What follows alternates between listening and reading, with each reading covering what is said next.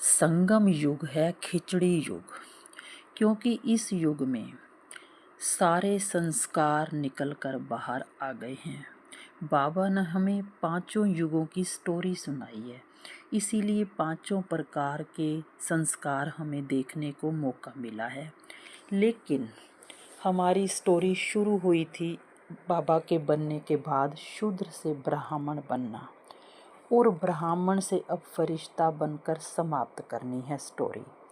तो अब हमारे तीनों प्रकार के मिक्स्ड संस्कार यूज होते रहते हैं, कभी शूद्र के और कभी ब्राह्मण के, तो कभी आत्मिक। ये लंबे काल का अभ्यास है। पर बाबा कहते हैं बच्चे, अब खिचड़ी मची हुई है। बाकी युगों में तो सतो प्रधान संस्कार यूज होते हैं सतयुग में, और तमो प्रधान यूज होते हैं कलयुग में, और रजो प्रधान यूज होते हैं द्वापर में। उन तीनों युगों में हमें और किसी संस्कारों की नॉलेज ही नहीं है, इसीलिए सिर्फ वही अकेले अकेले अपने समय पर यूज होते हैं। पर संगम पर हमें बाबा ने सारे संस्कारों की नॉलेज दी, तो अब हमें एंजलिक संस्कार धारण करने हैं और शूद्र पूरी तरह से छोड़ने हैं, और बीके आइडेंटिटी भी छोड़नी है।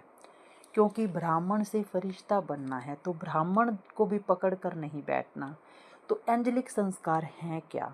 एंजलिक संस्कार हैं अपने आप को साक्षी मान करके सारे संस्कारों को देखना और उनका एंजॉय करना। ये है एंजलिक संस्कार।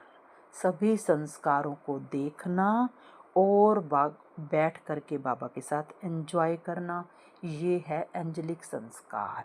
इस तरीके से हम न्यारे और प्यारे बन जाएंगे, और अपने आप ही बाकी के संस्कार मर्ज होने लग जाएंगे, ब्राह्मण के भी और शूद्र वाले भी, और बच जाएंगे केवल एंजलिक संस्कार, यानी कि आत्मिक स्थिति के संस्कार, जो फरिश्ता बनाएंगे हमको कंप्लीट, और वही हमारे साथ आगे जाएंगे।